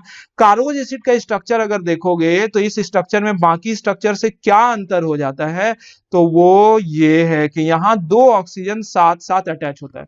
याद रखना, हर जगह जो ऑक्सीजन मैंने बनाकर दिखाया था आप लोगों को, तो उस ऑक्सीजन में क्या खासियत होता था बाकी जगह में, कि वो ऑक्सीजन अकेले अकेले रहता था। वो ऑक्सीजन जो होता था ये वो अकेले अकेले रहता है, यानी कि जितना भी येलो कलर का ऑक्सीजन तुम लोगों को नजर आ रहा है ना यहाँ पर, तो वो ऑक्सीजन अकेले है, मतलब वहां पर 2 ऑक्सीजन आपस में एक साथ लिंक है कि नहीं है, नहीं है। लेकिन ये ग्रीन कलर का जो ऑक्सीजन नजर आ रहा है, इसमें गौर करो, 2 ऑक्सीजन आपस में एक दूसरे से साथ साथ जुड़ा है। तो अगर कहीं पर 2 ऑक्सीजन आपस में लिंक्ड हो तो उस ऑक्सीजन को बोलते हैं पेरोक्साइड। और अगर कहीं पर कोई ऑक्सीजन अकेले मौजूद हो, यानी कि येलो कलर का जो ऑक्सीजन है वो है ऑक्साइड, और ग्रीन कलर वाला जो है दैट इज पेरोक्साइड। और आप लोग गौर करोगे, बॉन्ड हम लोग तोड़ के निकालेंगे कि पेरोक्साइड का यानी ग्रीन वाले ऑक्सीजन का ऑक्सीडेशन नंबर -1 आएगा, और येलो वाला ऑक्सीजन यानी कि ऑक्साइड का ऑक्सीडेशन नंबर -2 आएगा। ये खुद से आ जाएगा, ठीक है ना। देखना अभी यहां पर तुम लोग बॉन्ड तोड़ते हैं, ये वाला बॉन्ड ऑक्सीजन की तरफ, ये भी ऑक्सीजन की तरफ, ये भी ऑक्सीजन, ये भी ऑक्सीजन, ये भी ऑक्सीजन, ये भी ऑक्सीजन, ये भी ऑक्सीजन, ये भी ऑक्सीजन। लेकिन ये वाला बॉन्ड जो है ये हम लोग चूंकि 2 सेम इलेक्ट्रोनेगेटिविटी के एटम के बीच बना हुआ है, इसलिए उसको बराबर बराबर 2 एटम के बीच बांटेंगे। तो यहाँ हाइड्रोजन का ऑक्सीडेशन स्टेट +1 आ गया, इस ऑक्सीजन का -1 आया, इस ऑक्सीजन का भी -1 आया, इस ऑक्सीजन का -2 आया, इस ऑक्सीजन का भी -2 आया, इस ऑक्सीजन का भी -2 आया। लेकिन इस सल्फर का ऑक्सीडेशन स्टेट कितना हुआ, तुम गौर करो, सल्फर 6 जगह 6 साइड 6 बॉन्ड बनाया ना, 6 बॉन्ड को बॉन्डेड इलेक्ट्रॉन को छोड़ दिया, इसलिए सल्फर का ऑक्सीडेशन स्टेट +6 है। तो यहाँ ऑक्सीडेशन स्टेट ऑफ हाइड्रोजन कितना है बच्चों, वो है +1, ऑक्सीडेशन स्टेट ऑफ सल्फर जो है वो है +6, ठीक है, इन दोनों को तो देख लिए। लेकिन oxidation state of 3 oxygen atom, 3 oxygen atom, 3 oxygen atom का -2 है, कौन कौन सा, ये वाला और ये वाला। और oxidation state of 2 oxygen atom जो कि पेरोक्साइड था, वो कितना है -1। और ये सीखना है, कारोज एसिड अक्सर आप लोगों को देखने को मिलेगा। ये जो H2SO8 है, इसको हम लोग मार्शल्स एसिड बोलते हैं, इसको हम लोग क्या नाम देते हैं, मार्शल्स एसिड। बाकी ऐसे इन दोनों का नाम लिख दिए, हर जगह हर नाम का जरूरत नहीं है, वो आप लोगों को याद करना पड़ेगा। और इसका स्ट्रक्चर होता है कुछ इस तरह से, ठीक है, HOS डबल बॉन्ड O, और यहाँ 2 ऑक्सीजन आपस में जुड़ा हुआ है। पायरोसल्फ्यूरिक एसिड में क्या था ना कि बीच में एक ही ऑक्सीजन था, लेकिन यहाँ पर 2 ऑक्सीजन आपस में लिंक है। और यहाँ जब आप लोग बॉन्ड तोड़ोगे, तोड़ ही देते हैं, ये बॉन्ड इधर टूटेगा, ये भी इधर टूटेगा, ये भी इधर, ये भी इधर, ये भी इधर, ये भी इधर, ये भी इधर, क्योंकि ऑक्सीजन मोर इलेक्ट्रोनेगेटिव है। जब किसी बॉन्ड को तोड़ते हैं तो उस बॉन्ड में जो 2 एटम, उन दोनों में जो ज्यादा इलेक्ट्रोनेगेटिव होता है उसके तरफ बॉन्ड को तोड़ते हैं। तो तुम लोग गौर करोगे, यहाँ हाइड्रोजन का ऑक्सीडेशन स्टेट +1 आया, ऑक्सीजन का -2 आया, ऑक्सीजन का -2 थोड़ा नीचे कर देते हैं, तुम लोग को नजर आएगा, इस ऑक्सीजन का भी -2 +1 -2, ठीक है। लेकिन इस वाले ऑक्सीजन को अगर देखोगे ना, तो यहाँ पर ये बॉन्ड इक्वली डिस्ट्रीब्यूट करेंगे, तो इस वजह से यहाँ पर जो इस दोनों ऑक्सीजन पर ऑक्सीडेशन स्टेट -1 आएगा। और ये लोग, आप लोग भी जानते हो कि 2 ऑक्सीजन डायरेक्ट अटैच है, तो उसी को हम लोग पेरोक्साइड बोलते हैं। और पेरोक्साइड का ऑक्सीडेशन नंबर कितना होता है, -1। लेकिन यहाँ सल्फर का अगर देखोगे तो ये +6 है ऑक्सीडेशन स्टेट, और इस सल्फर का भी ऑक्सीडेशन स्टेट कितना है बच्चों, +6। तो बताओ तो ऑक्सीडेशन स्टेट ऑफ सल्फर कितना आया, +6, कोई कंफ्यूजन नहीं है। ऑक्सीडेशन स्टेट ऑफ हाइड्रोजन कितना आया, ये +1 के बराबर। ऑक्सीडेशन स्टेट ऑफ ऑक्सीजन कितना, 1 2 3 4 5 6 ऑक्सीजन का आया कितना, -2। और ऑक्सीडेशन स्टेट ऑफ बीच वाले 2 ऑक्सीजन का वो कितना आया, -1। और -1 जिसका आया यानी कि वो पेरोक्साइड है। ये जो CrO5 है, इसका बटरफ्लाई स्ट्रक्चर होता है। इसका कैसा स्ट्रक्चर होता है बच्चों, बटरफ्लाई स्ट्रक्चर। बटरफ्लाई स्ट्रक्चर क्यों बोलते हैं, क्योंकि इसका स्ट्रक्चर देखने में ही बटरफ्लाई की तरह लगता है। देखो यहाँ ध्यान से, एकदम मजेदार स्ट्रक्चर है। और इस स्ट्रक्चर में तुम लोग देखोगे, ये वाला ऑक्सीजन मुंह की तरफ है बटरफ्लाई का, और ये जो तुम लोगों को ग्रीन कलर में दिख रहा है, सोच लो ये दोनों बटरफ्लाई का पंख है और ये पेट है। नहीं। तो अगर ऐसा है नहीं, लेकिन चूंकि देखने में ये बटरफ्लाई टाइप लगता है इसलिए बटरफ्लाई स्ट्रक्चर बोलते हैं। मोटा सीधे सीधे जवाब दो अगर आप लोग सीखे तो। देखो तो ये ऑक्सीजन अकेले है, तो जो ऑक्सीजन अकेले रहता है उसको ऑक्साइड बोलते हैं और उस पर -2 ऑक्सीडेशन स्टेट आएगा। लेकिन तुम लोग देखो ये दोनों ऑक्सीजन आपस में लिंक है ना, ये दोनों ऑक्सीजन आपस में लिंक है और ये दोनों ऑक्सीजन भी आपस में लिंक है। तो ये 4 ऑक्सीजन देखो तो अपने आप में पेरोक्साइड है ना, तो इसका ऑक्सीडेशन नंबर अपने आप -1 आएगा। तो वो हम लोग को देखना नहीं है, वो खुद ही अपने आप आ जाएगा जब हम लोग बॉन्ड तोड़ेंगे। तो बताओ तो ये बॉन्ड जब तोड़ रहे हैं तो ये बॉन्ड दोनों सेम इलेक्ट्रोनिगेटिविटी के एटम के बीच बना हुआ है तो इसको बराबर बराबर तोड़ देंगे। ये बॉन्ड जो है भी सेम इलेक्ट्रोनिगेटिविटी के एटम के बीच बना हुआ है, इसको भी बराबर बराबर तोड़ देंगे। लेकिन बाकी का बॉन्ड क्रोमियम और ऑक्सीजन के बीच है, जिसमें कि ऑक्सीजन चूंकि ज्यादा इलेक्ट्रोनिगेटिव है तो बाकी का बॉन्ड किसके तरफ हम लोग तोड़ेंगे, तो ऑक्सीजन की तरफ। ये उल्टा हो गया, बाकी का बॉन्ड जो है हम लोग किसकी तरफ तोड़ेंगे बच्चों, ऑक्सीजन की तरफ। देखो फटाफट तो जल्दी जल्दी बता दो। तो यहाँ ऑक्सीजन पर ऑक्सीडेशन नंबर -1 आ गया ना, क्योंकि एक ही साइड से आया है। तो यानी कि ये जो CrO5 है इसमें 4 ऑक्सीजन होता है पेरोक्साइड और एक ऑक्सीजन पर देखो 2 इलेक्ट्रॉन आया तो -2। क्रोमियम कितना इलेक्ट्रॉन छोड़ा, तो एक इधर छोड़ा, एक इधर छोड़ा, एक इधर तो और 2 ऊपर छोड़ा है ना। तो कुल मिलाकर क्रोमियम का ऑक्सीडेशन स्टेट कितना हुआ, +6। तो यहाँ लिख देते हैं oxidation state of chromium is equals to +6। Oxidation state of oxygen 1 oxygen का -2 और ऑक्सीडेशन स्टेट ऑफ ऑक्सीजन कितना, 4 ऑक्सीजन का हो जाएगा माइनस कितना 1। ठीक है ना, यानी कि CrO5 में 4 पेरोक्साइड है, इस बात को याद रखना। CaOCl2 जो है ना ये एक्चुअली ब्लीचिंग पाउडर है। अभी ब्लीचिंग पाउडर का बहुत ज्यादा इस्तेमाल हो रहा है कोरोना वोरोना के लिए। ठीक है ना, ब्लीचिंग पाउडर आप लोग 5-10 किलो घर में खरीद के रखो। ये ब्लीचिंग पाउडर जो है इसका फॉर्मूला होता है CaCl, मॉलिक्यूलर फॉर्मूला OCl, ऐसा तो कुछ अजीब सा है। तो यहां पर ध्यान रखो कि सब हर एक बॉन्ड को एक एक करके तोड़ेंगे। इस कॉन्सेप्ट को नहीं कंफ्यूज होना है कि जिस बॉन्ड को तोड़ रहे हैं उस बॉन्ड पर मौजूद 2 एटम को सिर्फ देखना है। तो ये बॉन्ड कैल्शियम और क्लोरीन के बीच बना है, तो कैल्शियम और क्लोरीन में क्लोरीन इज मोर इलेक्ट्रोनिगेटिव। ये बॉन्ड कैल्शियम और ऑक्सीजन के बीच बना है तो ऑक्सीजन इज मोर इलेक्ट्रोनिगेटिव।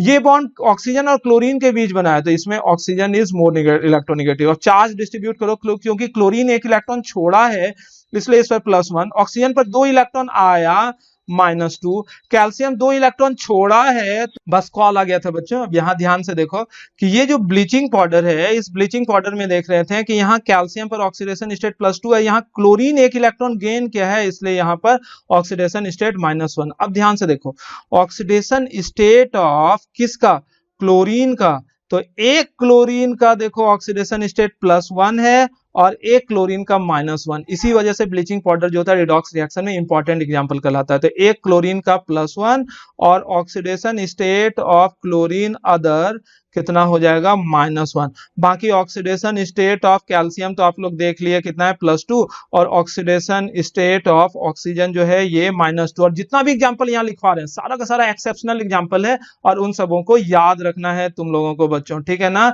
यहाँ पर अब देखो ये वाले एग्जांपल में दिस इज SO4 2-। ठीक है, इस तरह से लिख देते हैं SO4 2- है। ठीक है, तो इसका स्ट्रक्चर क्या होगा, आयन का 1-2 स्ट्रक्चर हम यहाँ पर लिखकर सिखाना चाह रहे थे कि डबल बॉन्ड O पर माइनस। हर एक बॉन्ड को तोड़ो, कोई नया बात नहीं है। ऑक्सीजन और सल्फर में कौन ज्यादा इलेक्ट्रोनिगेटिव है, ऑक्सीजन। ये उल्टा हो गया तो इसको सीधा कर देते हैं, तो ऑक्सीजन की तरफ शिफ्ट होगा, ये बॉन्ड भी ऑक्सीजन की तरफ शिफ्ट होगा, ये बॉन्ड भी ऑक्सीजन, ये भी बॉन्ड ऑक्सीजन, ये बॉन्ड ऑक्सीजन, ये बॉन्ड ऑक्सीजन। तुम लोग गौर से देखो इस ऑक्सीजन पर चूंकि 2 इलेक्ट्रॉन आया ऊपर वाले ऑक्सीजन पर इसलिए यहाँ पर ऑक्सीडेशन नंबर -2 हो जाएगा। इस ऑक्सीजन पर भी ऑक्सीडेशन नंबर -2।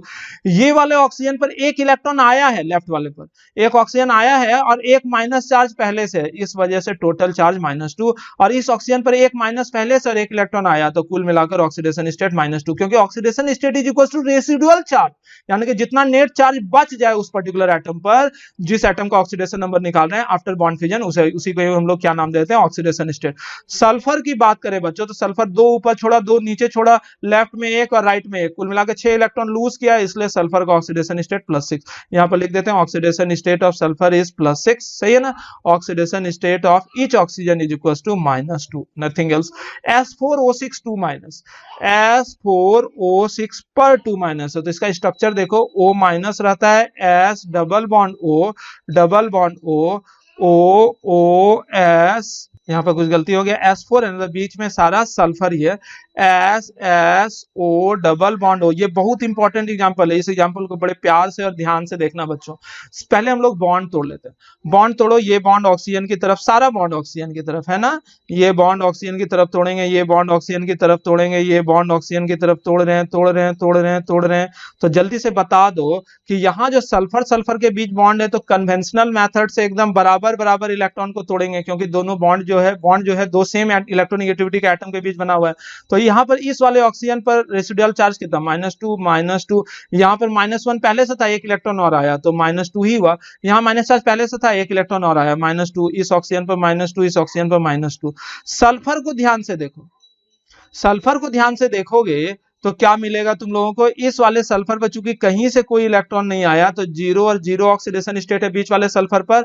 लेकिन यहाँ इस सेंटर वाले सल्फर को देखो, लेफ्ट हैंड साइड के सेंटर पर, तो 2 इलेक्ट्रॉन ऊपर छोड़ा, 2 नीचे छोड़ा, एक लेफ्ट हैंड साइड में छोड़ा, तो कुल मिलाकर 5 इलेक्ट्रॉन छोड़ा, तो इस पर +5, और राइट हैंड साइड के सेंटर पर जो है उस पर भी +5 ऑक्सीडेशन स्टेट हो जाएगा। यानी कि इस वाले सल्फर का ऑक्सीडेशन स्टेट +5 और इस वाले सल्फर का भी ऑक्सीडेशन स्टेट कितना हो जाएगा बच्चों, +5 के बराबर। इसी तरह से यहाँ पर S4O6 का एक और स्ट्रक्चर जो है वो प्रैक्टिस में आता है, वो क्या यहाँ पर हम बता के दिखा रहे हैं, S double bond O O- और यहाँ पर S double bond O। Video के लेंथ पर मत जाना, थकना भी नहीं है, बढ़े चलो, थकना नहीं अपने डगर पर, इस बात को हमेशा याद रखना, ठीक है ना। तो यहाँ पर क्या होता है, सामान्य तौर पर तो जो ऊपर मैंने ऑक्सीडेशन स्टेट निकाल कर दिखाया वही होता है, लेकिन अगर तुम लोग तोड़ना चाहो तो इस तरह से तो ऑक्सीजन के तरफ बॉन्ड टूटेगा ही, जो कि ऑक्सीजन और सल्फर के बीच बॉन्ड है, ठीक है ना। लेकिन सल्फर, यहाँ पर चारों सल्फर में रियल में कैरेक्टर में अंतर होता है। तुम लोग ध्यान से अगर देखोगे तो इस वाले सल्फर को अगर देखो, बीच वाला सल्फर ये अलग तरह का कैरेक्टर या एटमॉस्फेयर में है, और ये दोनों येलो कलर का सल्फर अलग तरह के कैरेक्टर या एटमॉस्फेयर में है। जिस वजह से होता क्या है कि ये येलो कलर वाला जो सल्फर है, चूंकि ऑक्सीजन से घिरा हुआ है, ऑक्सीजन इसको इलेक्ट्रोपॉजिटिव बना देता है, और इलेक्ट्रोपॉजिटिव बन जाने की वजह से यहां पर ये दोनों इलेक्ट्रॉन इस वाले सल्फर यानी कि मोर इलेक्ट्रोनेगेटिव सल्फर पर आता है, और यहां पर भी येलो वाला राइट हैंड साइड का सल्फर भी ऑक्सीजन से घिरे होने की वजह से हाईली इलेक्ट्रोपॉजिटिव हो जाता है। तो इन दोनों सल्फर को कंपेयर करेंगे तो इन दोनों सल्फर में भी ये सल्फर मोर इलेक्ट्रोनेगेटिव काउंट होता है। तो उस परिस्थिति में इस वाले सल्फर पर जो रेसिडुअल चार्ज सेंटर वाले सल्फर पर -1 हो जाता है, -1 हो जाता है, और इस वाले सल्फर पर जो रेसिडुअल चार्ज होगा वो +6 हो जाता है, और +6 हो जाता है। बाकी ऑक्सीजन पर हर जगह -2 ऑक्सीडेशन स्टेट है। तो ये सेकेंड वाला जो स्ट्रक्चर मैंने लिखकर आप लोगों को दिखाया ना, ये मोस्ट इंपॉर्टेंट है, और इस वाले स्ट्रक्चर को बच्चों आप लोग ध्यान से अपने दिमाग में रखना, क्योंकि ये वाला कॉन्सेप्ट और भी जगहों पर इस्तेमाल होता है, ठीक है ना। अब हम लोग आ जाते हैं C3O2 को। C3O2 को हम लोग बोलते हैं कार्बन सब ऑक्साइड, याद रहेगा, दिस इज कार्बन सब ऑक्साइड। एकदम सिंपल सा कॉन्सेप्ट है, oxygen bracket carbon double bond C double bond O, highly unstable compound होता है, जहरीला होता है, फाउल स्मेल होता है, 6 डिग्री सेल्सियस बॉइलिंग पॉइंट होता है, ये सब चीज हम लोग पढ़ेंगे एस ब्लॉक एलिमेंट में। तो यहाँ पर भी बॉन्ड को तोड़ते हैं तो देखो यहाँ पर दोनों का दोनों बॉन्ड ऑक्सीजन की तरफ शिफ्ट होगा, ये भी शिफ्ट हुआ, और यहाँ जो बाकी कार्बन का बॉन्ड है उसको हम लोग बराबर बराबर बराबर तोड़ देते हैं। तो इस परिस्थिति में बताओ, तो यहाँ पर ऑक्सीजन पर ऑक्सीडेशन स्टेट -2, इस ऑक्सीजन का ऑक्सीडेशन स्टेट -2, इस कार्बन का +2, इस कार्बन का भी +2, और इस कार्बन का ऑक्सीडेशन स्टेट कितना हो जाएगा, 0। और ऊपर वाले के तरीके से हम लोग अगर और तरीके से तोड़कर देखना चाहें तो वो क्या होगा, किनारे वाला कार्बन चूंकि हाईली इलेक्ट्रोनेगेटिव हो गया, इलेक्ट्रोपॉजिटिव हो गया, जिस वजह से ये दोनों बॉन्ड तो ऐसे ही टूटेगा, इस दोनों बॉन्ड में कोई कंफ्यूजन नहीं है। लेकिन ये जो येलो वाला कार्बन है ये इलेक्ट्रोपॉजिटिव हो गया, और ग्रीन वाला जो कार्बन तुम लोगों को नजर आ रहा है ये इलेक्ट्रोनेगेटिव है। तो यहां पर भी अगर हम लोग तोड़ें तो कुछ इस तरह से तोड़ सकते हैं, और इस तरह से तोड़ने के बाद अब बताओ तो चारों कार्बन पर कितना रेसिडुअल चार्ज बनेगा, यहाँ -2, यहाँ भी -2, ठीक है। इस कार्बन पर देखो 4 इलेक्ट्रॉन ये लूज किया, +4 और बीच वाला कार्बन पर -4, ठीक है ना। तो ये भी ऑक्सीडेशन स्टेट, तो कंफ्यूज मत होना, नीचे वाला ज्यादा सही है, ठीक है। तो Br3O8 का भी उसी तरह से बहुत सारा स्ट्रक्चर हो सकता है, लेकिन हम लोग यहाँ सबसे सिंपल वाला स्ट्रक्चर लिख कर ही निकल जा रहे हैं। ये है Br देखो Br3O8। तो इसका मैं बनाकर नहीं दिखा रहा हूँ, सीधा आंसर ऑक्सीडेशन स्टेट के रूप में लिख दे रहा हूँ कि इसका यहाँ पर जितना भी ऑक्सीजन है, हर एक ऑक्सीजन -2 ऑक्सीडेशन स्टेट में। ध्यान से देखो, जितना भी ऑक्सीजन है वो किस ऑक्सीडेशन स्टेट में, -2। सेंटर वाला जो ब्रोमीन है वो 0 ऑक्सीडेशन स्टेट है ओल्ड कन्वेंशन के अनुसार, और लेफ्ट हैंड साइड वाला ब्रोमीन जो है वो +6 ऑक्सीडेशन स्टेट में, और राइट हैंड साइड वाला भी +6 ऑक्सीडेशन स्टेट में। कैसे आप लोग निकालना, HCN को आते हैं। HCN क्या होता है, हाइड्रोजन साइनाइड, ये भी जहर है। साइनाइड के बारे में तो सुने ही होंगे आप लोग, तेज तर्रार भी हो, जानते ही होंगे। तो HCN का structure HC triple bond N होता है, ठीक है। यहाँ पर बॉन्ड को आराम से तोड़ो, तो यहाँ पर कार्बन मोर इलेक्ट्रोनिगेटिव और यहाँ पर इसमें नाइट्रोजन ज्यादा इलेक्ट्रोनिगेटिव है, तो तीनों का तीनों बॉन्ड नाइट्रोजन पर आएगा। तो चूंकि 3 इलेक्ट्रॉन नाइट्रोजन पर आया, तो नाइट्रोजन पर का टोटल चार्ज कितना हो जाएगा, -3। मतलब नाइट्रोजन का ऑक्सीडेशन स्टेट यहाँ पर पूछा जाए, ऑक्सीडेशन स्टेट ऑफ नाइट्रोजन, तो वो कितना हो जाएगा, वो -3 के बराबर। हाइड्रोजन का ऑक्सीडेशन स्टेट कितना होगा, तो oxidation state of hydrogen is equal to +1। इसमें भी तकलीफ नहीं होना चाहिए। लेकिन कार्बन को देखोगे तो कार्बन, ये इलेक्ट्रॉन जो कार्बन की तरफ आया, इसके वजह से कार्बन पर -1 चार्ज आया, और कार्बन जो है 3 इलेक्ट्रॉन इधर छोड़ा, दिखा 1 2 और 3 इलेक्ट्रॉन इधर छोड़ा, जिस वजह से इस पर कार्बन पर +3। तो नेट चार्ज जो है इस पर कितना आ गया, +2। तो यहाँ पर ऑक्सीडेशन स्टेट ऑफ कार्बन जो है वो +2 हुआ। ये भी एक्सेप्शनल टाइप का एग्जांपल था ना, कि ये जो कार्बन यहाँ पर नजर आ रहा है, ये इलेक्ट्रॉन ले भी रहा है और इलेक्ट्रॉन दे भी रहा है, तो इस वजह से ऑक्सीडेशन स्टेट कितना होगा, तो नेट रेसिडुअल चार्ज के बराबर। अब हम लोग देख रहे हैं किसके बारे में, तो अब हम लोग देख रहे हैं SO2 के बारे में, और इस चीज को ध्यान से देखना। अब हम लोग कोऑर्डिनेट बॉन्ड का बॉन्ड फिजन निकालना सीखेंगे। तो SO2 का बॉन्ड जो होता है कुछ इस तरह से होता है, देखो S coordinate bond double bond O। ध्यान से देखना और सीखना, ठीक है ना बच्चों। और ऐसे ही एक और एग्जांपल हम यहाँ पर लिख के दिखा रहे हैं, HNC, दिस इज आइसोसाइनाइड, ठीक है। तो आइसोसाइनाइड का स्ट्रक्चर होता है कुछ इस तरह से कि नाइट्रोजन जो है कार्बन को, नाइट्रोजन और कार्बन के बीच देखो ये डबल बॉन्ड भी है, और यहाँ हाइड्रोजन है, और नाइट्रोजन जो है कार्बन को कोऑर्डिनेट बॉन्ड दिया है। बस ये लास्ट 2 एग्जांपल, इसलिए ध्यान से देखना, इसमें समय लगाकर हम देख रहे हैं। यहाँ पर तुम देखो कि ये है डोनर। कोऑर्डिनेट बॉन्ड में क्या होता है ना, कोऑर्डिनेट बॉन्ड में एक डोनर होता है और एक एक्सेप्टर होता है। ये ग्रीन कलर वाला जो है ये डोनर है, और ब्लू कलर वाला जो है ये एक्सेप्टर है। ये ब्लू कलर में जो दिख रहा है ये कौन है, एक्सेप्टर। तो अगर ये डोनर जो होता है, डोनर जो 2 इलेक्ट्रॉन दे रहा है, ये मोर इलेक्ट्रोनिगेटिव रहा, मोर इलेक्ट्रोनिगेटिव, याद रहेगा। जो डोनर है ग्रीन वाला, अगर मोर इलेक्ट्रोनिगेटिव रहा, तो बॉन्ड फिजन के बाद 0 और 0 चार्ज आएगा। मोर इलेक्ट्रोनिगेटिव होने के बाद, बॉन्ड फिजन के बाद, कोऑर्डिनेट बॉन्ड को तोड़ने पर 0 0 चार्ज आएगा, याद रहेगा। और अगर डोनर यानी ग्रीन वाला लेस इलेक्ट्रोनिगेटिव रहा, मोर इलेक्ट्रोनिगेटिव रहा, तो बॉन्ड तोड़ने के बाद 0 0 चार्ज आएगा, कोई तकलीफ। लेकिन अगर लेस इलेक्ट्रोनिगेटिव रहा, तो उस स्थिति में बॉन्ड तोड़ने के बाद जो डोनर है उस पर +2 आएगा, और जो एक्सेप्टर है -2। याद करो जल्दी, बड़ा टेढ़ा टाइप का चीज लग रहा है और इसको याद रखना पड़ेगा। अगर डोनर यानी ग्रीन वाला ज्यादा इलेक्ट्रोनिगेटिव रहा, तो बॉन्ड टूटने के बाद कोई चार्ज वार्ज नहीं आएगा। और अगर डोनर लेस इलेक्ट्रोनिगेटिव रहा, तो बॉन्ड टूटने के बाद डोनर पर +2 आ जाएगा। एक बॉन्ड एक ही टूटेगा, लेकिन डोनर पर +2 आ जाएगा, और एक्सेप्टर पर -2 आ जाएगा। यहां देखो तो ध्यान से, यहां पर डोनर और एक्सेप्टर को मैं बना रहा हूं। एक्सेप्टर को ब्लू कलर में मैंने दिखाया है, और यहां भी एक्सेप्टर कार्बन जो है ब्लू कलर में है, दिख रहा है ना। और डोनर जो है बच्चों वो किस कलर में है, वो ग्रीन कलर में तुम लोगों को नजर आ रहा है। यहां पर पहले वाले केस में ऑक्सीजन और सल्फर में which one is more electronegative, oxygen more electronegative, तो यहाँ डोनर जो है ये क्या है, लेस इलेक्ट्रोनिगेटिव, याद हो जाएगा। लेकिन यहां पर डोनर जो है कार्बन और नाइट्रोजन में, नाइट्रोजन जो है ये मोर इलेक्ट्रोनिगेटिव है। ये पहला वाला केस 1 का हो गया, और दूसरा वाला केस 2। बाकी बॉन्ड को तो सामान्य तोड़ते हैं, ये कोवेलेंट बॉन्ड है, सामान्य तोड़े तो बताओ तो फटाफट कितना चार्ज हो जाएगा। ऑक्सीजन पे -2 है ना, और चूंकि सल्फर लेस इलेक्ट्रोनिगेटिव है, तो यहां पर इस तरह का कोऑर्डिनेट बॉन्ड टूटने पर देखो, ये कोवेलेंट बॉन्ड जो राइट हैंड साइड में ऑक्सीजन पर टूटा ना, उसके वजह से सल्फर पर +2 ऑलरेडी था।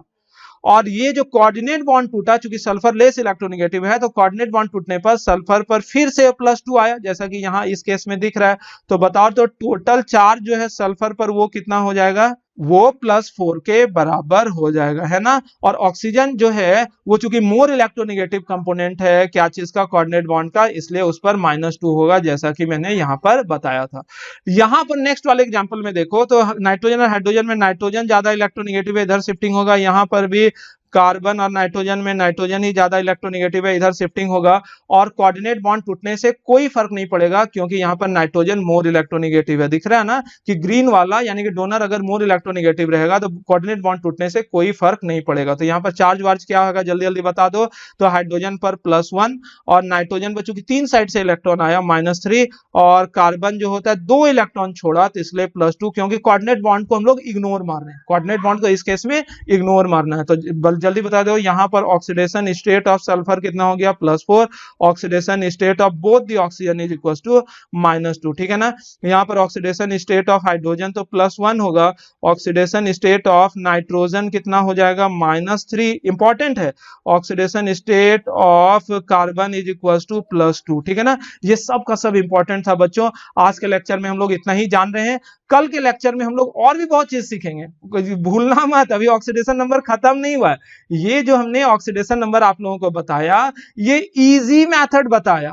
ऑक्सीडेशन नंबर निकालने का ये तरीका जो है ना, इस वाले तरीके में हम लोगों को क्या सीखना था, इस वाले तरीके में सीखना था कि स्ट्रक्चर के आधार पर हम लोग ऑक्सीडेशन नंबर कैसे कैसे निकाल सकते हैं, ठीक है ना। यानी कि यहां पर देखो, ऑक्सीडेशन नंबर या ऑक्सीडेशन स्टेट निकालने का 2 तरीका होता है, याद हुआ। ऑक्सीडेशन नंबर या ऑक्सीडेशन स्टेट निकालने का 2 तरीका। पहला, on the basis of molecular structure, याद हुआ कि जो कि आज हम लोगों ने सीखा, आफ्टर बॉन्ड फ्यूजन, जिसमें बॉन्ड वॉन्ड तोड़ के हम लोग बनाते हैं ऑक्सीडेशन नंबर। और दूसरा होता है डायरेक्ट मेथड, ठीक है ना, जो कि कल हम लोग देखेंगे। ज्यादा इस्तेमाल कौन होता है, तो डायरेक्ट मेथड, याद हुआ। ज्यादा यानी कि 99% केस में हम लोग ये इस्तेमाल करते हैं, कौन, डायरेक्ट मेथड। ज्यादातर केस में डायरेक्ट मेथड इस्तेमाल करते हैं। तो सर बोलोगे कि 1 घंटा सर क्यों बर्बाद कर दिए, जब हम लोग ज्यादातर 99% केस में यही इस्तेमाल करते हैं तो हम लोग वही सीखते हैं। तो वो सीखना जरूरी है, लेकिन उस चीज को बेहतर आप लोग तब सीख पाओगे जब आप लोग ये पहला वाला लेक्चर यानी कि आज वाले लेक्चर को अच्छे से देखे होंगे। लेकिन अगर बोला जाए कि इन दोनों मेथड में ज्यादा एक्यूरेट कौन है, तो ये वाला मेथड ज्यादा एक्यूरेट है, ठीक है ना। इसमें गलतियां हो जाती हैं, इस वाले डायरेक्ट मेथड में बहुत सारी गलतियां होंगी, जो कि कल हम बनाएंगे तो वो गलती करके भी दिखाएंगे कि क्या क्या गलती एक्चुअली होता है डायरेक्ट मेथड में। लेकिन इस वाले मेथड में 0% चांसेस है गलती की, अगर आप लोग इसको अच्छे से सीखे होंगे। तो एग्जाम में, IIT और नीट के एग्जाम में हम लोग इसी का इस्तेमाल करते हैं, क्योंकि ये वाला एक्यूरेट मेथड होता है। लेकिन ये वाला मेथड जो नहीं बोलेंगे ऑक्सीडेशन नंबर का इस्तेमाल, तो केमिस्ट्री के लगभग हर एक चैप्टर में होता है, हर जगह होगा। तो हर जगह हम लोग इतना लंबा चौड़ा मेथड थोड़े ना यूज करेंगे, ये शॉर्ट मेथड होता है, तो हर जगह हम लोग शॉर्ट मेथड से बनाकर काम चला लेते हैं, ठीक है ना। लेकिन ये काम चलाऊ मेथड है जिसका 99% इस्तेमाल होता है, और ये एक्यूरेट मेथड है जिसमें थोड़ा ज्यादा समय लग सकता है, but it will give, this one give accurate and accurate correct result, ठीक है ना। तो हम लोग अपने लाइफ में गलती करने की कोशिश करेंगे क्या, नहीं, बिल्कुल भी नहीं। इसलिए हम लोग यही वाला मेथड इस्तेमाल करेंगे। लेकिन कल वाला वीडियो भी जरूर देखना, क्योंकि ये वाला वीडियो डायरेक्ट मेथड वाला, उसमें बहुत सारे टिप्स और टेक्निक आप लोगों को देखने को मिलेगा, ठीक है ना बच्चों। रहने दो आज के वीडियो में इतना ही, और थैंक यू इतना देखने के लिए, इतना समझने के लिए, और इतना अपना कीमती समय देने के लिए। Okay, bye bye.